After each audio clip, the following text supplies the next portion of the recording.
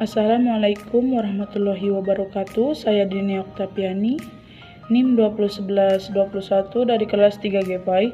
Di sini saya ingin memenuhi salah satu tugas mata kuliah, yaitu UTS Psikologi Belajar. Langsung saja, judul yang akan saya jelaskan, implikasi teori pembelajaran humanistik menurut Carl Rogers dalam pembelajaran PAI. Yang pertama itu yang perlu kita ketahui, pengertian teori belajar humanistik. Secara garis besar, pengertian dari teori belajar humanistik adalah sebagai aktivitas fisik dan spiritual untuk memaksimalkan proses perkembangan.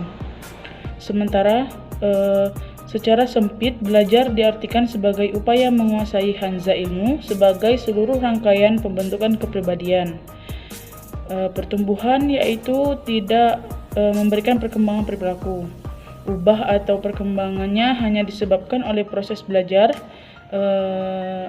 seperti perubahan kebiasaan berbagai kemampuan dalam hal pengetahuan, sikap, dan keterampilan. Kemudian, penerapan teori humanistik dalam kegiatan pembelajaran. Hendaknya pendidik membimbing siswa untuk berpikir secara induktif, mengutamakan praktek, dan menekankan pentingnya partisipasi siswa dalam pembelajaran. Bisa diterapkan dengan diskusi agar siswa mampu mengungkapkan pemikiran mereka di depan penonton. Pendidik menyambut siswa, menanyakan materi pelajaran yang tidak dimengerti. Proses belajar menurut pandangan humanistik adalah pengembangan kepribadian, spiritualitas, perkembangan tingkah laku, dan mampu memahami fenomena di masyarakat. Selanjutnya, teori belajar humanistik menurut Carl Rogers. Teori belajar humanistik Carl Rogers lahir pada tahun 1902 di Oak Park dan meninggal pada tahun 1987 di La Jolla, California.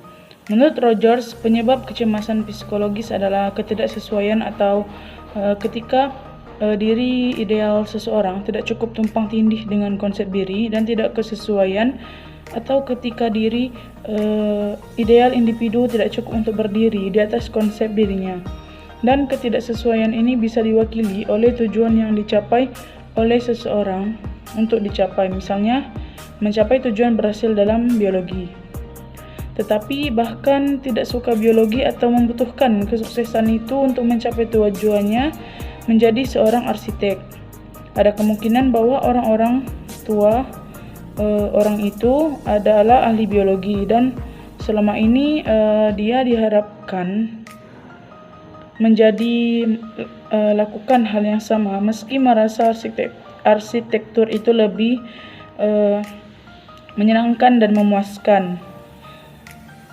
Menurut Rogers, dan dalam Jamil Suprihatiningrum Room, ada dua jenis belajar, yaitu yang pertama kognitif dan yang kedua eksperimental. Guru memberi atau kognitif artinya tidak membuang sampah sembarangan, dapat mencegah banjir. Dengan demikian, guru perlu menghubungkan pengetahuan akademis dengan pembelajaran eksperimental, melibatkan peserta mendidik pribadi, mengambil inisiatif peserta mendidik pribadi, termasuk penilaian diri, self atau penilaian. Sedangkan menurut Carl Rogers, dalam teorinya tentang belajar bebas, menyatakan bahwa tidak ada paksaan atau tekanan dalam belajar. Dalam konteks ini, Rogers menyatakan bahwa ada 5 yang penting dalam proses pembelajaran. Yang pertama, keinginan untuk belajar. Yang kedua, belajar untuk bermakna. Yang ketiga, belajar tanpa diberi hukuman. Yang keempat, belajar dengan usaha atau inisiatif sendiri. Yang kelima, belajar dan berubah. Baik, yang selanjutnya ini implikasi teori pembelajaran humanistik Carl Rogers dalam pembelajaran PAI. Dalam hal ini, menurut Rogers membagi 2 macam program, yaitu yang pertama pendidikan konfluen dan pembelajaran kooperatif. Yang pertama, pendidikan konfluen. Proses pendidikan yang menggabungkan pengalaman afektif dan pelajaran kognitif atau pengetahuan di kelas, masalah ini adalah cara yang bagus untuk melibatkan siswa secara pribadi dalam bahan studi. Dalam pembelajaran ini, siswa tidak hanya memperhatikan atau membaca, tetapi siswa juga merasakan, menulis, hidup, berpendapat positif, dan mengungkapkan pendapat mereka.